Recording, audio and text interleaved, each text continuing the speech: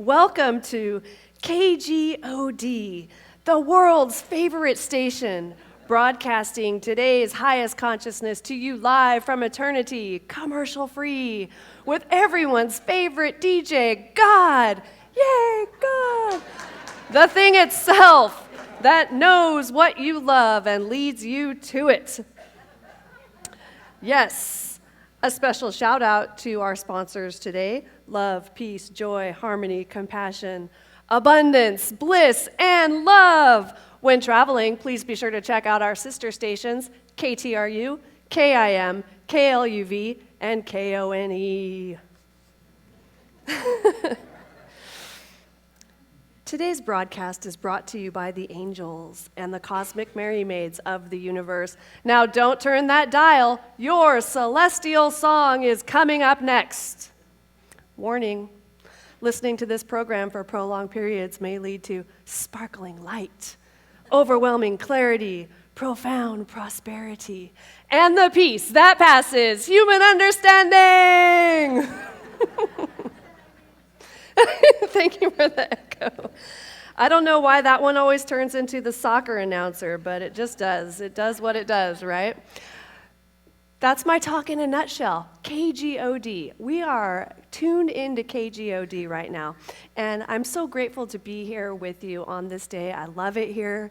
I love Dr. Edward, and I'm sure all of you love Dr. Edward. He's amazing, and I just remember my first experience with him. I was kind of on a fast track in my learning and studying science of mind principles, and I remember it was like my first or second class in ministerial school was contemporary applications of science of mind, and Dr. Edward was the facilitator. And I had noticed that all of the ministers that I saw everywhere, they were just so happy and they were so together, and they never talked about fear or what the experience of fear was like. And it started to have me wonder, is it a requirement that I never have fear? Because I'm not going to be able to meet that requirement. I have fear sometimes, right? And I was thinking, I'm like the odd person out here. So I quickly approached him on a break and I said, Dr. Edward, so tell me something. Do you ever experience fear? I was very serious. I needed to know this. I needed to know. And in a way that only Dr. Edward can, he, without hesitation, said, oh, absolutely, Elizabeth, I experience fear. I could fall down these stairs right now. I might say something and then I can't take it back. And in that moment, though, I realized that he had attained mastery, and that was something that seemed attainable.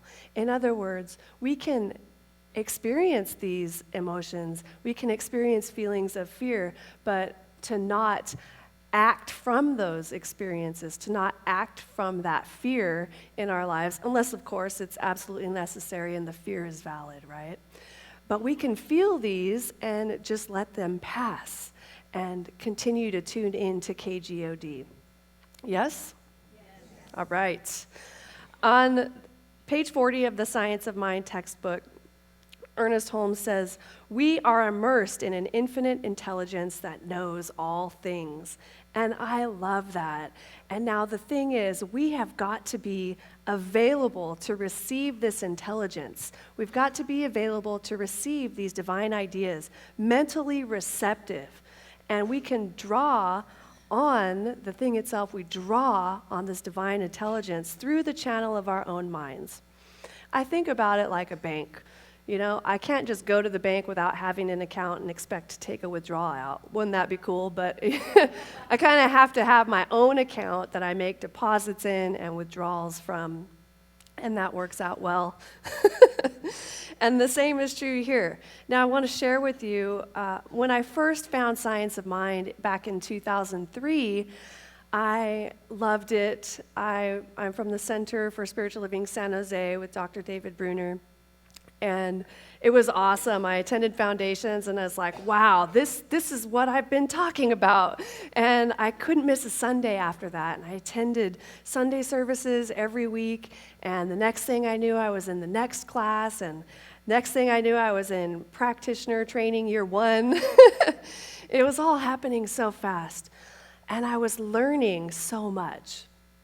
And I love that the theme for the month is learning and embodying science of mind principles. Because it's one thing to learn, it's one thing to get up and talk about it, but if I haven't embodied it, if we haven't embodied these principles, then we're not enjoying the gifts of it. We're not really able to experience the full benefit of the goodness of it all, right? And so I love that. And at the end of Prac 1, I had just learned so much.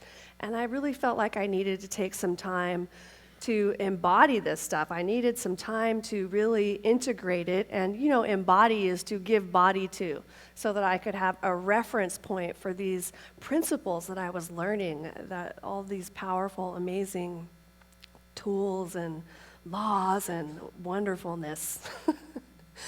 And so I decided I would go on a silent retreat.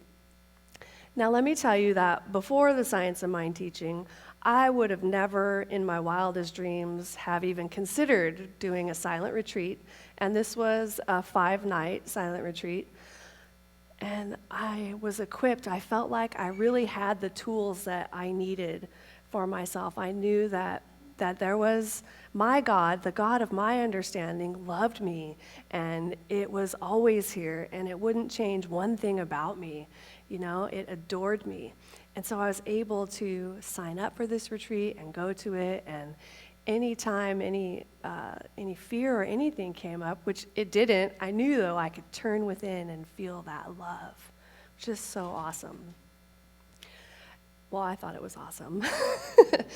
And so I attended this retreat, and I showed up on the first day, met my roommate. I had a double occupancy room, and I didn't know the person who I'd be rooming with, and it turned out to be a lovely woman in her mid-50s. And we talked a little bit, and then we went and had a meal in the hall, the dining hall. This was at Asilomar. How many of you have been to Asilomar before? Yes.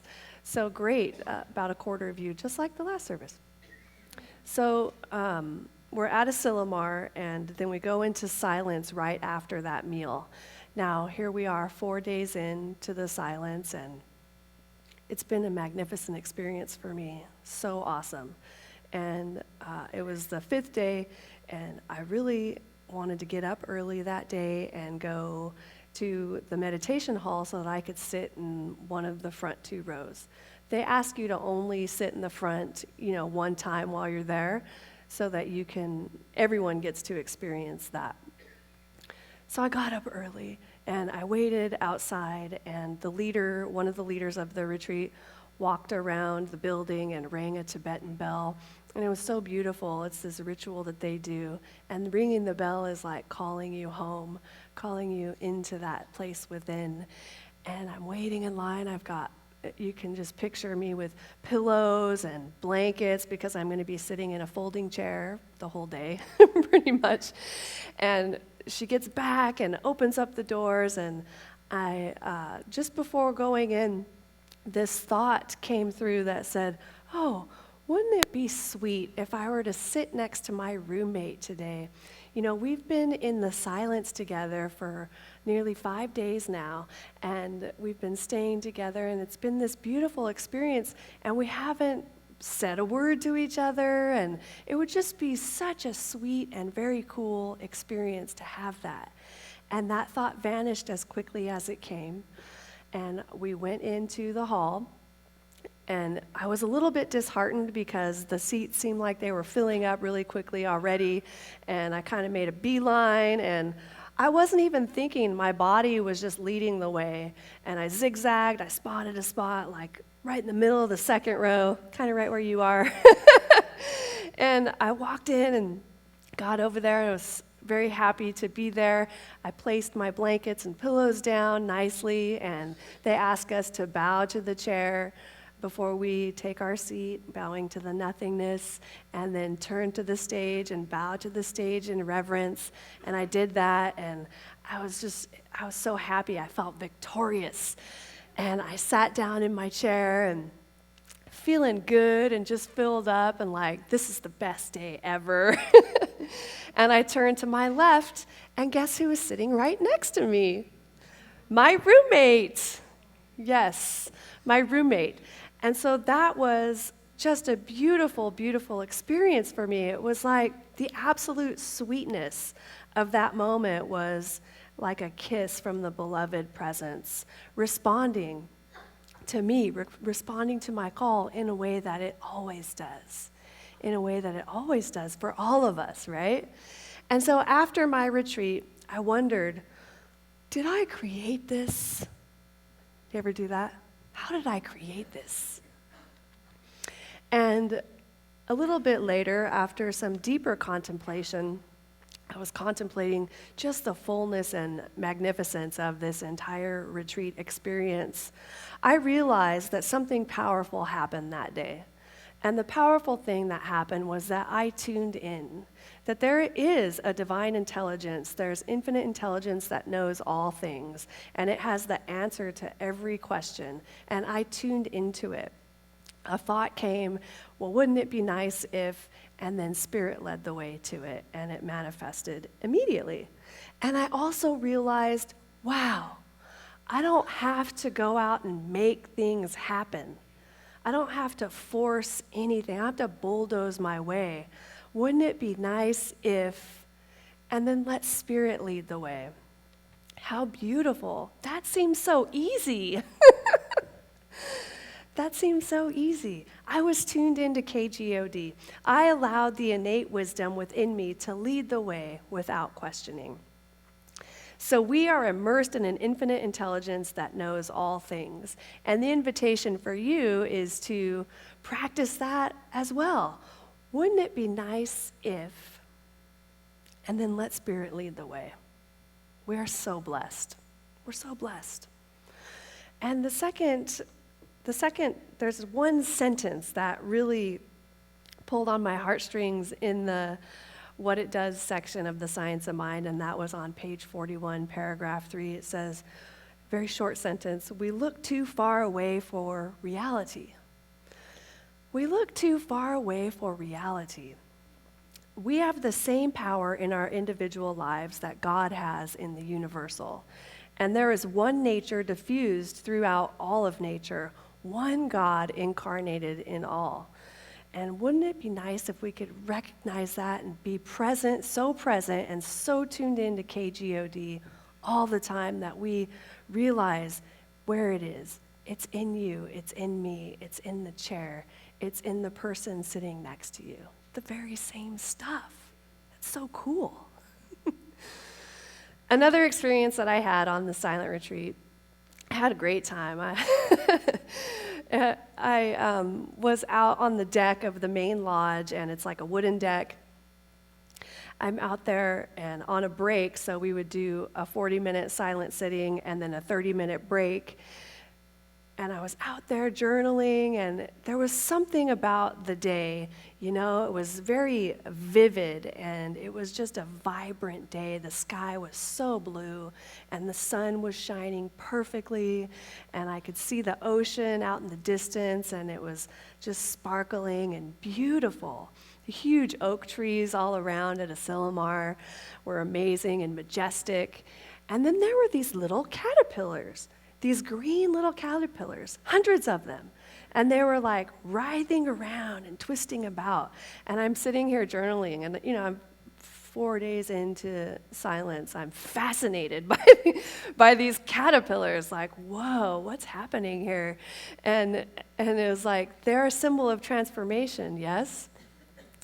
And so I just kept journaling, and I just thought it was magnificent. And they were like falling to the ground, and all these things were happening. There was a whole world happening with the caterpillars. And one fell onto my journal, and I picked it up and placed it over on the deck and was like, oh, it's a cute little caterpillar. What a little sweet little caterpillar. How cute is that? And then my timer went off, and it was time for me to get up.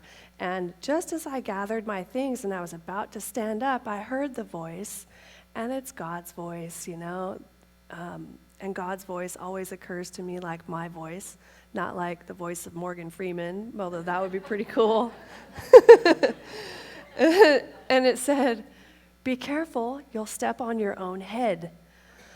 And that stopped me in my tracks. I just went, whoa, I'll step on my own head? I don't want to do that. And I looked around. I knew it was about the caterpillars, right? I knew. And so I got up very carefully, and I didn't want to step on my own head. And I didn't step on any caterpillars, and I went about my day. But in that moment, I really experienced an embodiment of oneness. That's when I got it. Oh, I am that. I am that. And this understanding of that eternal verity, I am that. This was a deep understanding, a knowingness beneath all of the layers of conditioning that was uncovered in the depth of silence. I am that. So again, this month is all about learning and embodying Science of Mind principles. So it's not just learning, embodying as well, to give body to. So how will you embody these principles that you're learning? I know that there are many of you, or a group of you, going on a spirit tour to Bhutan, and that is a great opportunity to embody. And in any classes or here right now, even on your way here, I invite you, though, to consider about that embodiment and to really be present to taking the next step, learning and having the knowledge of, and then embodying. How can you do that? Another quote that struck me was, "Let us do away with the ponderosity of thought and approach the things simply and quietly." I love that, the ponderosity of thought. What that says to me is, look, let's stop making this so heavy and complicated.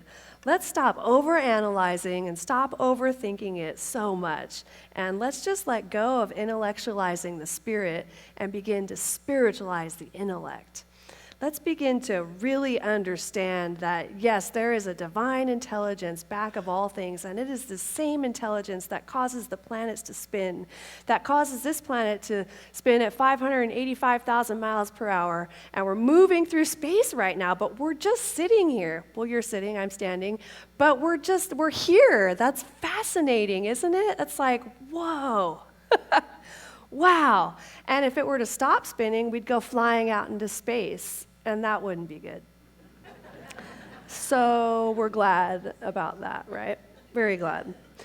Now, I am a finder of things. I find my own things, misplaced things, and I find the misplaced things of others. And it's so fun. And have you ever observed yourself or anyone else in this state of mind when they have misplaced something? They're like, they look through the same place multiple times, and they're sort of frantic and in this hopeless state and feeling like it's lost, and they can't really find it, and that just leads to more of it being lost. Because here's the thing, right? When you're looking for something from that state of mind that it's lost, you're not going to find it. I have found things that people have sworn to me they looked in that spot 100 times, and I go right to it and pull it out, right? Like, oh, this? It's because what I do is I get still.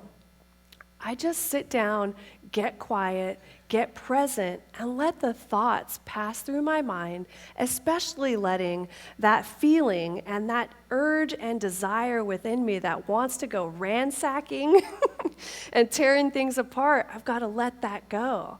And I let that go. And I might even say the incantation, and you may have heard this, "Tony, Tony, come around. What once was lost must now be found."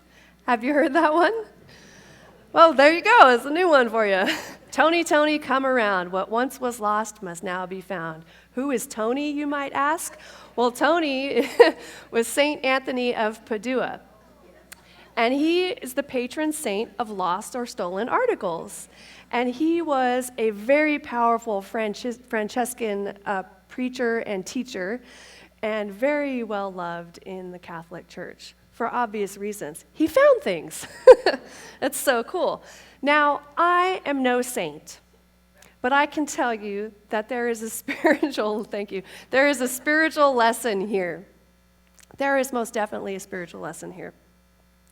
So getting quiet and surrendering to the divine, letting the thoughts go, letting that urge and need to go ransacking around, letting that all go and becoming present, then I actually find my body moving towards the lost object.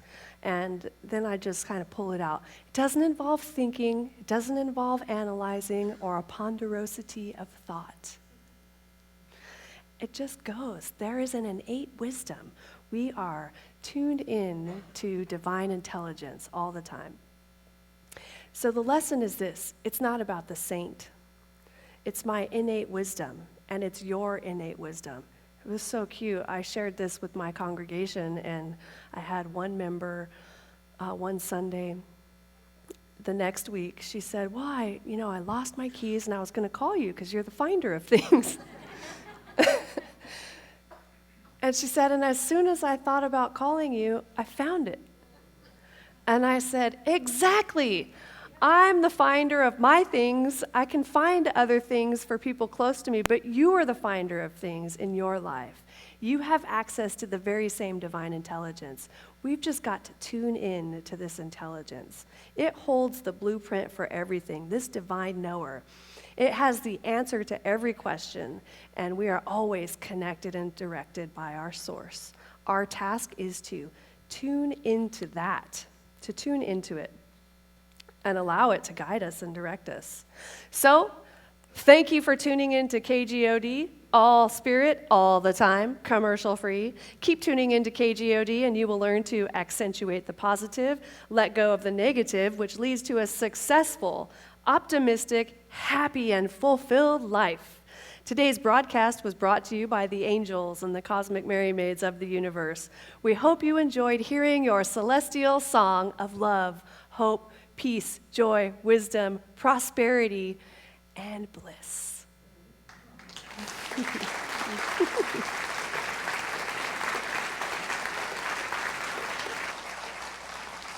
Thank you. Let's pray. Oh, thank you, sweet spirit, for this amazing time together. I know there's only one life. That life is God. That life is perfect, and that life is my life now. And I give thanks for remembering that there is a divine intelligence. This divine knower has the answer to every question. It knows everything. It's the blueprint for everything my heart desires, and this is true for each individual here. And so as we go forth from here, I know that we have been shifted and something has altered, and we are tuned in to KGOD, and we are unstoppable. And I'm grateful for that. I know this day is blessed. And I just give thanks, allowing it to be as I send it out to that loving and creative action of the law, knowing it is done. I invite you to help me anchor this truth by saying with me, and so it is.